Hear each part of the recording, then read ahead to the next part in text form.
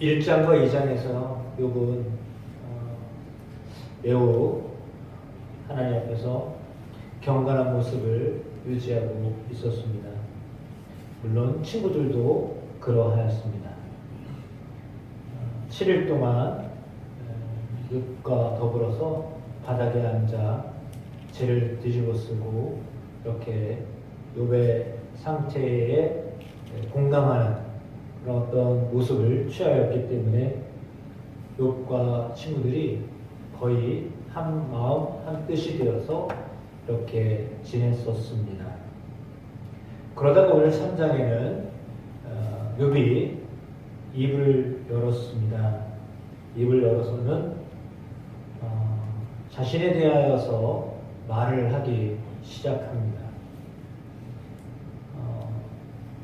본문에 나와 있는 3장 1절에 보니까 자기의 생일을 저주했다 이렇게 기록합니다. 태어난 것에 대한 한탄이라고 볼 수 있습니다. 왜냐하면 태어나지 않았더라면 지금의 이런 고통을 겪지 않았을 텐데 내가 왜 태어나서 이런 고통을 당해야 하는가라고 하는 근본적인 질문을 하고 있습니다.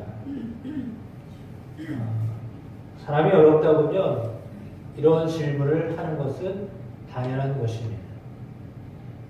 내가 왜 이 세상에서 살아서, 다시 말하면 왜 부모님이 나를 태어나게 하셔서 이렇게 어려움을 겪으며 살게 하시는가 라고 하는 근본적인 질문을 던지는 것은 매우 믿음이 없는 모습이라기보다는 사람이라면 다 누구나 갖고 있는 공통적인 생각이다라고 볼 수 있습니다.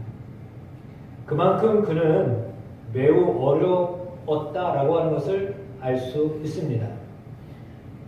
여러분의 삶에서도 때로는 하지 말 걸 이런 약간의 후회에 섞인 그런 말들을 하시기도 할 겁니다. 이거는 해서는 안 된 일이었는데 내가 해서 이렇게 어려움을 당하나? 라고 하는 그런 말을 이렇게 은연중에 입으로 말을 하거나 아니면 속으로 생각하기도 합니다. 그러니까 태어남에 대한 것에서부터 근원적인 것으로부터 그는 하나님께 사실은 한탄하고 있는 모습입니다. 욥이 계속하여서 입을 열어 말합니다. 3절에 보니까 내가 난 날이 멸망하였더라면 산의 아이를 베었다 하던 그 밤도 그러하였더라면 여기 보니까 라면이 많아요. 신라면은 아니고 도라면이 나와요. 뭐뭐하였더라면 뭐뭐하였더라면 뭐뭐하였더라면 시작하신 분들은 이 소리 들으면 또 더 시작하실 것 같은데 그런 게 아니라 뭐뭐 했었더라면 뭐냐면 태어나지 않았더라면 쉽게 이야기하면 탄생하지 않았더라면 이런 고생은 하지 않았을 건데 이런 고백이죠. 얼마나 힘들면 그럴까요? 여러분 세상이 살만한가요? 아니면 정말 어렵기만 한가요? 네? 아주 살만만 한가요? 아주 좋기만 한가요? 그쵸? 그러니까 아주 살만하다고만 말할 수 없고 그렇다고 아이고 죽겠다 맨날 죽겠다 이렇게만 말할 수도 없고 어떻게 보면 반반이에요. 근데 어떻게 보면 반반이라고 하지만 이렇게 대부분은 아유 차라리 그냥 이런 고통이 없으면 좋았을 걸. 좋을 때 그런 생각이 하나요? 아니죠. 결코 힘들 때 뜻하지 않는 일들이 벌어졌을 때 그런 거죠. 그러니까 욥은 사실 하나님이 인정하신 사람이었잖아요. 의인이었어요. 완전하다고 했어요. 근데 그 완전한 사람이 지금 입을 열어서 말을 하는데 태어나지 않았더라면 이렇게 얘기하는 거예요. 그거 얼마나 힘들었으면 그랬겠어요.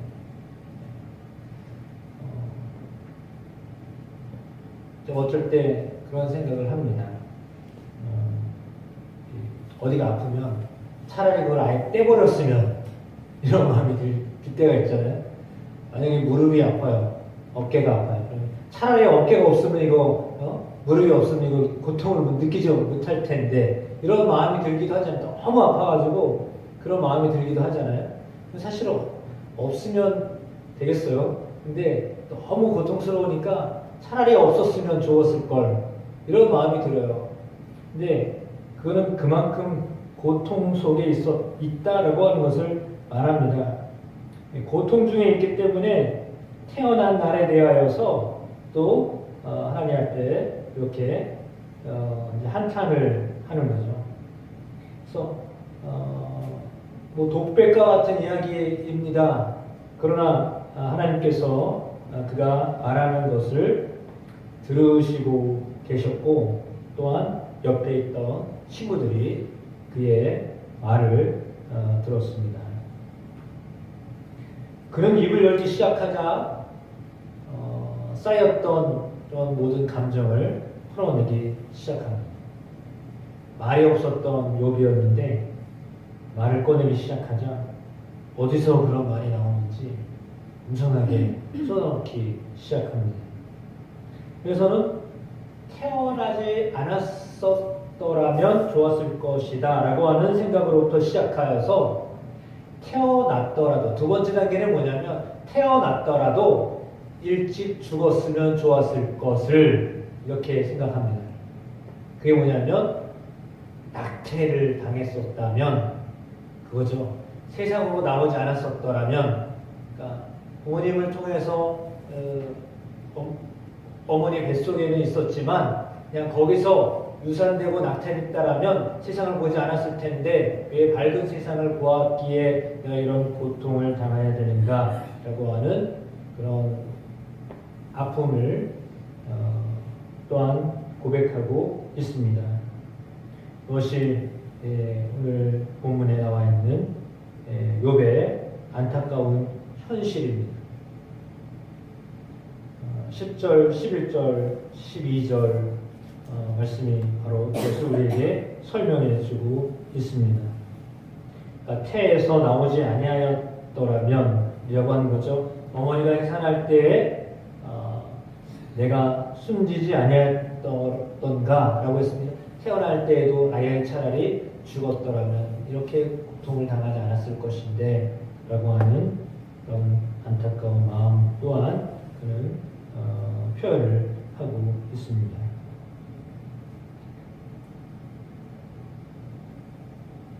그러나 그는 그럼에도 불구하고 그 이후에 말씀을 보면 그런 자기의 그 고통 때문에 차라리 태어나지 않았더라면 태어났었더라도 일찍 죽었더라면 이렇게 말하고 있지만 뒤에 보면 그는 여전히 하나님을 향하여서 믿음의 말을 계속하고 있습니다. 23절 말씀인데요. 함께 같이 읽어보면 좋겠습니다. 같이 읽어보겠습니다.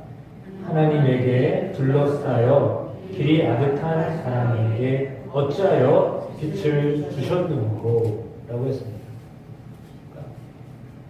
그러니까 길이 아득한 사람이에요. 멀어요. 가야 할 길이 아득해요. 까마득해요. 근데 그 까마득한 길에 빛을 주셔가지고 희미하지만 그 빛을 보고 가게 하신다는 거예요. 그러니까 자기 상황은 정말 갈 길이 아직도 멀었어요. 근데 그 갈 길이 아직도 멀었는데 빛이 희미하게 비추고 있기 때문에 그 길을 가야만 한다는 거죠. 이 말은 뭐냐면 지금 정말 죽겠는 거야.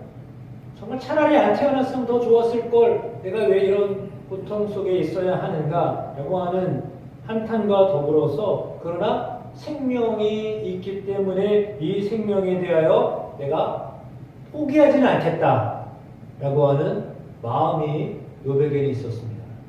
그러니까 힘들었습니다. 정말 힘듭니다. 그래서 내가 차라리 태어나지 않았더라면, 태어났었더라도 유산되거나 낙태되어서 이 세상을 보지 않았더라면 그런 고백도 했습니다. 그만큼 어려웠습니다. 그만큼 한계 상황에 도달한 겁니다.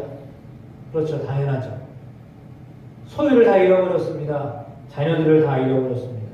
아내도 자기를 이해하지 못합니다. 친구들이 왔는데 한마디 말도 못합니다. 자기의 처지는 정말로 어떻게 표현할 길이 없습니다. 할 말이 없습니다. 그런데 그럼에도 불구하고 오늘 본문 20절에 이렇게 되어 있죠. 어찌하여 고난당하는 자에게 빛을 주셨으며 마음이 아픈 자에게 생명을 주셨는고. 하나님을 향하여 가지고 있는 그의 믿음의 고백이에요. 그러니까 정말 힘들고 어려운데 그 고난 속에서도 빛을 주셨다. 마음의 아픔이 있는데 생명을 주셨다라고 하는 겁니다. 그 뭐냐면 지금 너무 힘들고 어려워서 정말 죽었으면 좋겠다라고 하는 마음이 있지만 그러나 그 생명을 하나님이 주셨다라고 하는 것에 대한 인정이죠. 이러한 자는 죽기를 바라도 오지 아니하니 땅을 파고 숨긴 보배를 찾음보다 죽음을 구하는 것을 더하다가 무덤을 찾아 얻으면 심히 기뻐하고 즐거워한다 그랬어요. 정말 무덤에 들어가고 싶은 거야. 지금 이제 이 세상을 다 끝내고 싶은 그런 마음이 드는 거죠. 근데 그런 상황에서도 하나님에게 둘러싸여서 23절 말씀처럼 빛이 주어졌다라고 말합니다. 세상을 정말 마감하고 싶지만 그러나 하나님이 빛을 주셨다라고 하는 그런 고백입니다. 여러분 아무리 힘들고 어려워도 하나님은 우리에게 까마득한 길에서도 빛을 주시는 분이십니다. 강원도 쪽으로 터널이 많이 뚫렸습니다. 그래서 10km가 넘는 터널도 있습니다. 터널이 한 번, 두 번 아니라 막 연속적으로 계속 있습니다. 왜냐하면 태백산맥을 통과해서 가기 때문에 터널이 엄청나게 많습니다. 태백산맥을 넘어가지 않는데도 어제였나요? 제가 그 제천에 답사하는 길이 있어서 가는데 거기도 터널이 많아요. 깜짝 놀랐어요. 딱 들어가는데 막 그 경고음이 막 울리잖아요. 그래가지고 경찰차가 쫓아오는 것처럼 경고음이 막 울려요. 정신 차리는 거죠. 그래서 막 경고음이 막 울려 들어가자마자 막 경고음이 막 울려요. 가다가 괜찮다가 또 중간쯤 되면 좋을까봐 또 경고음 계속 울려요. 그래가지고 이제 깨우는 거예요.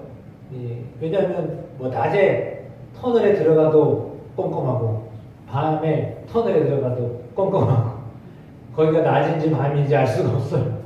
터널 안에 들어가면 이게 낮인지 밤인지 알 수 없어요. 한계 상황에 들어가면 뭐가 좋은지 하나도 없어요. 좋은 게 하나도 없고요. 이게 그거고 그게 이거 같고 그래요. 그날이 그날 같고 그래요.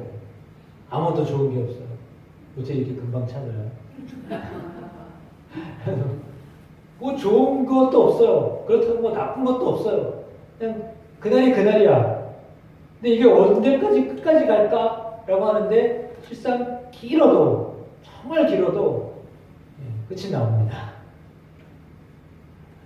우리가 터널을 들어갈 때 금방 나오겠지 하고 사실 터널을 들어가잖아요. 근데 들어가서 보면 이러다가 이거 막힌 거 아니야?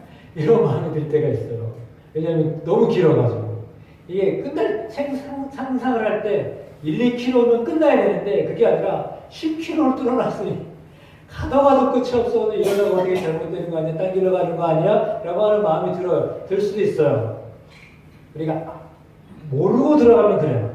근데 알고 들어가면 걱정을 안 해요. 근데 모르고 들어가면 이게 들어가긴 들어갔는데 끝이 있는 건가? 우리 삶이 그렇잖아요. 터널 속에 들어가면 이거 끝이 정말 과연 있을까? 이런 마음이 들죠. 그게 끝이 있다고 생각하면 그냥 견디고 이렇게 버티면 끝이 올 거야 라고 생각하지만 사실 그 상황에 닥치면 내 인생이 정말 이러다가 끝나는 거야? 이런 마음이 들 때가 있었단 말이에요. 이러다가 끝나는 건가? 이러다가 나는 이게 뭐 빚도 없이 살게 될 건가? 이런 마음이 들잖아요. 그런데 주님 우리에게 빛을 주십니다. 그 어려운 환경 속에서도 빛을 주시는 분이십니다.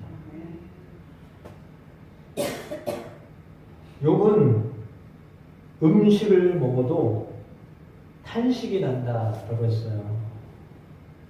여러분 음식이 있는데 먹을 게 앞에 있는데 걱정이 많으니까 탄식이 나오는 거예요. 혹시 시작하신데 자꾸 음식 얘기해가지고 죄송하지만 이렇게 먹을 게 있는데 그 먹을 것이 맛있는 걸로 보여야 되는데 그게 아니라 어떤 마음이냐면 이거 과연 내가 이걸 먹어도 괜찮나? 내가 이걸 먹어서 무슨 소용이 있어? 이런 마음이 들면 마음에 상당히 이렇게 다운되어져 있는 상황이잖아요. 내가 먹어서 무슨 소용이 있어? 이거 먹는다고 내가 다시 뭐 어떻게 되겠어?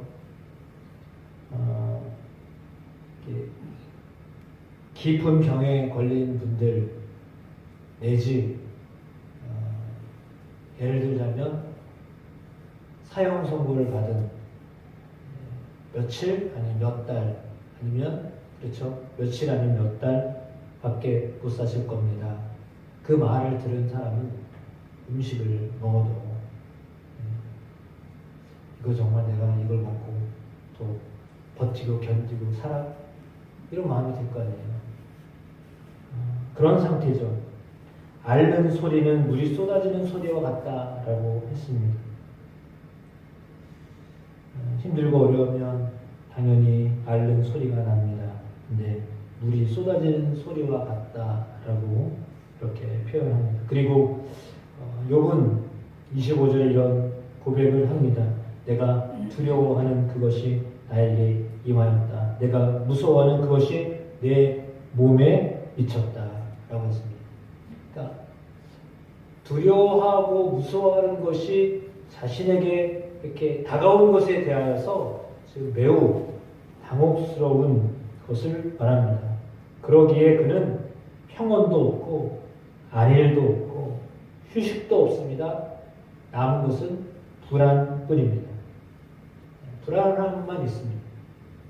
이게 언제 회복될 것인가에 대하여서 안 보이는 겁니다. 그러니까 그만큼 힘든 겁니다. 끝이 정말 있을 것인가 라고 하는 그런 두려움과 무서움이 그의 마음과 그의 몸에 미쳤기 때문입니다. 그러니까 몸도 힘들고 마음도 힘든 상황에 놓였기 때문에 이런 고백을 하게 되는 거죠.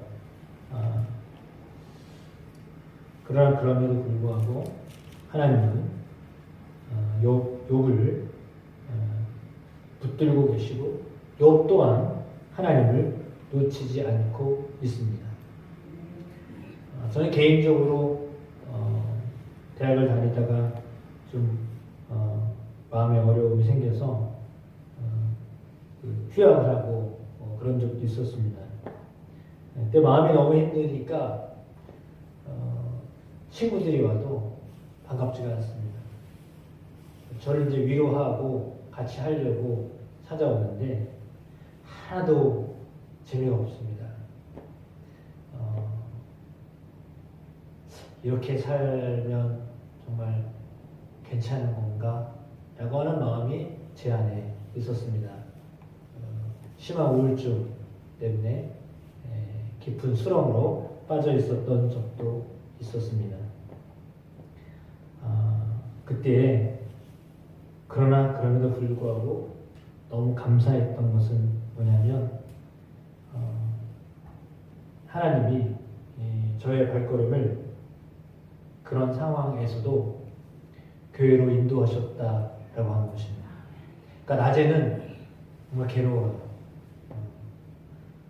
왜냐하면 사람마다 자기가 정해놓은 어떤 나는 이런 사람이야 라고 정해놓은 그 자신의 삶의 그런 어떤 그 뭐죠?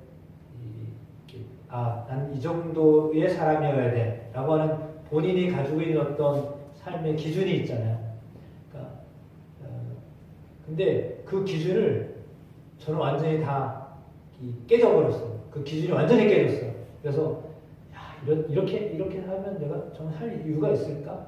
그러니까 제 삶의 기준이 있는데 그 기준을 벗어난 상황이 된 거예요. 어떻게 할 수가 없어요. 그래가지고 도대체 내가 왜 사는 거지? 이런 마음이 드는 거예요. 이렇게 살아서 뭐 하나? 그런 마음이 드는 거예요. 그런데 정말 너무 감사한 게 그럼에도 불구하고 저녁이 되면 하나님이 저의 발걸음을 교회로 인도하셔가지고 저녁 때 되면 가서 기도하고 그리고 또 이제 자고 나오면 또 다시 그거를 그렇게 한 3, 4개월을 이렇게 지냈어요. 정말 힘들고 어려웠어요. 그러다가 다른 교회 수련회를 갔어요. 다른 교회 수련회를 갔는데 그 수련회에 가가지고 이제 예화를 들으면서 제 마음에 변화가 왔습니다. 그게 뭐냐면 뭐 기도원도 갔었고요, 수련회도 갔었고요, 말씀을 통하여 듣는데 왜 이제 어떤 분이 이제 저를 격려하느냐고 기도원에 갔을 때 저에게 이런 말씀하시더라고요. 왜 김 선생님은 신학을 하기 전이니까요. 왜 김 선생님은 세상의 모든 짐을 다 짊어진 것처럼 그렇게 사냐고. 자기가 모든 걸 다 해야 되는 것처럼 왜 그렇게 사냐고. 그걸 이야기를 하는데 당신은 좀 그렇게 표현을 하셨기 때문에 내 마음의 상태와 얼굴의 상태가 그렇게 어둡고 무겁고 그랬구나 라고 하는 이제 그 말을 통해서 제가 알았거든요. 그래서 그런 말을 들은 다음부터는요, 제가 일부러라도 얼굴을 피려고 했어요. 그래서 다림질을 했죠. 얼굴에 다림질을 하기 시작했어요. 그래서 이제 밝게 해야 되겠다. 근데 그런 과정에 하나님이 살아 계신데 왜 걱정하고 염려하느냐? 너는 왜 하나님이 죽은 것처럼 얘기하냐? 그게 루터의 아내가 루터한테 한 말이에요. 루터가 종교개혁 하다가 어려웠는데 아내가 루터를 향하여 얘기한 거예요. 당신은 그렇게 힘들고 어려워요? 하나님이 죽으셨어요? 응, 힘을 내세요. 그 말에 루터가 확 깨었어요. 저 그 말씀을 듣는데 확 깼어요. 하나님이 살아계신데 무슨 걱정과 근심을 가지고 있어서 걱정과 근심한다고 문제가 해결되느냐? 그렇지 않잖아요. 이미 벌어져 있는 상황이고 환경이라면 그거 어떻게 바꿀 수가 없는 거는 그냥 받아들이고 이겨야지. 그것 때문에 한탄하고 어떻게 할 수가 없다라고 생각하면 사실은 저는 정말 죄송하지만 이런 말 하면 안 된다고 자꾸 얘기하는데 정말 죄송하지만 저는 스가 되어야 돼요. 절에 들어가서 이거 하고 있어요. 똑딱똑딱. 사람 만나면 안 돼. 그냥 그거 하고 있어야 돼, 혼자서. 암자 하나 만들어가지고 그거 하고 있어야 돼. 그러면 딱 맞아. 제가 그런 사람이에요. 근데 이게 신학을 하고 이렇게 돼가지고 이게 사람 앞에서 말을 안 하면 안 되는 사람이 되고 이렇게 돼가지고 제가 처음에 얼마나 죽을 맛이었겠어요.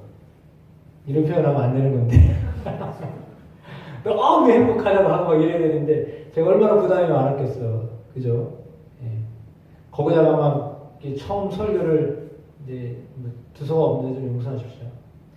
목회제 나갔다가 다음에 이제 설교하러 본교회 갔는데 담임 목사님이 설교 끝난 다음에 점수를 매기시는데 설교 끝난 다음에 광고 시간에 몇 점이라고 얘기하시는 거야. 근데 제 기억으로 50점짜리였나? 안 그래도 주눅이 들어가지고 말도 못하는데 거기다 대고 이제 담임목사님이 이제 성도들에게 은혜를 못 끼친 것 같으니까 이제 그런 얘기 했어요. 처음이고 설교도 처음 하는 거고 이러니까 그렇다고 하면서. 근데 그 말을 제가 듣는데 또 얼마나 제가 충격을 받았겠어요. 그렇잖아요. 근데 안 그래도 힘든데 하가 막 그 얘기를 들으니까 막 주눅이 들어가지고. 그리고 그냥 얘기하는 분들마다 그래. 설교 좀 배워야 되겠어요. 막 이 말을 들으면 진짜 기어 들어가고 싶어요. 안 그래도 힘든데. 그랬거든요. 근데 사실 지금은 그냥 어떻게 보면 지금 하도 오래 하다 보니까 뭐 원고 없이도 하게 되었지만, 근데도 일단 그냥 옛날 생각하고 하면요 한마디도 못해요 저는요. 왜냐면 원고를 보고 읽어야 돼요. 그래야 정상이에요 그게. 근데 이렇게 원고가 없이도 할 수 있게 하신 것은 진짜 하나님의 은혜예요. 제가 몇 번 말씀드렸잖아요. 저 한마디도 안 하고 살 수 있어요. 대학 다니면서도요 한마디도 안 하고 살 수 있었어요. 그렇게 해서 며칠 살았어요. 그리고 땅만 쳐다보고 살아요. 그래도 대학 후배가 참 말씀드렸을걸요. 같은 대학 다닐 때 후배가 있었는데 그 오빠는 말이에요 땅만 쳐다보고 다녀요. 자기를 봤어도 인사를 안 한다 이거지. 분명히 봤으면 먼저 인사하고 뭐 커피를 사준다든지 밥을 사준다든지 뭐 이렇게 해야 되는 건데 맨날 땅만 보고 보니까 땅만 보고 다니니까 자기가 지나가도 못 봤다는 거야. 그 오빠는 땅만 보고 다닌다고. 제가 그랬어요. 제가 그런 사람이었어요. 정말 어떻게 보면 희망이 없는 사람이에요. 희망이 없었던 사람이에요. 제가 저 자신을 볼 때는 희망이 없었던 사람이에요. 근데 그래도 그나마 이렇게 하신 것은 하나님의 은혜예요. 진짜 하나님의 은혜예요. 저 여성계 개사케 할 때 말씀드렸잖아요. 여자분들 앞에 서면 이렇게 해가지고 무섭다고 떨려가지고 좀 엉뚱한 얘기가 된 것 같지만 상당히 불안하고 그랬어요. 매우 심약한 상황 속에 있었어요.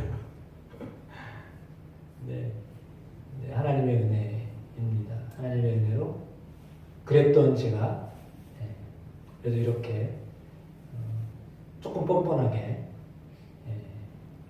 말씀 나눌 수 있는 정도의 사람이 되게 하신 것은 하나님의 은혜입니다. 하나님은 그래서 한계 아주 자신이 생각하는 이거는 아닌데 싶은 그 상황에서도 하나님 우리에게 빛을 주시는 분이세요. 내가 살아있는 것에 대한 소명과 사명이 있다는 것을 알게 하셔요. 그러니까 힘들고 어려워서 내가 무엇을 할 수 있을까라고 내가 생각하잖아요. 우리가 생각하기가 쉽잖아요. 내가 이런 상황에서 내가 뭘 할 수 있겠어? 근데요, 그 상황에서도 하나님이 우리에게 할 일을 맡기시려고 살아남게 하신 거예요. 그러니까 여러분 속에 지금 너무 힘들고 어려워도 여러분에게 소명이 있어요. 사명이 있어요. 그걸 하게 하시는 거예요. 그 하나님이 우리를 붙들고 계신 거예요. 우리의 생명을 붙들고 계신다는 것은 우리의 사명 또한 함께 우리에게 부여하고 계시다는 것을 말하는 것입니다. 그래서 여러분이 살아있다. 힘들죠. 어렵죠. 살아있기 때문에. 그거는 살아있기 때문에 힘들고 어려운 겁니다. 죽으면 그거 하나도 못 느낍니다. 오늘 말씀처럼 평온하고요. 힘이 끝없는 힘이고요. 그래요. 근데 우리는 그렇지 않잖아요. 막 때로는 막 오르락내리락 막 하잖아요. 막 은혜 많이 받았다고 막 그 다음날 막 쫙 가라앉아가지고 내가 은혜 받은 거 맞나 막 이럴기도 하고 막 그렇잖아요. 우리 상황이 그래요. 그러나 그럼에도 불구하고 하나님 우리를 생명으로 붙들고 계시기 때문에 우리가 하나님에게 둘러싸여 있는 겁니다. 오늘 본문의 23절 말씀처럼 하나님에게 둘러싸여 있는 거예요. 하나님 우리를 둘러싸고 계셔요. 그리고 어둡고 어두운 것 같아도 빛을 우리에게 비춰주시는 분이세요. 빛을 비추어 주시기 때문에 살아남는 거예요. 그러니까 하나님으로부터 오는 빛을 보는 여러분 되기를 축복합니다. 말씀을 통하여 우리에게 소망을 허락하시고 생명을 허락하시고 사명을 허락하시는 하나님을 바라보게 되는 그런 귀한 은혜가 얼마나 여러분 가운데 있게 되시기를 주의 이름으로 축복합니다.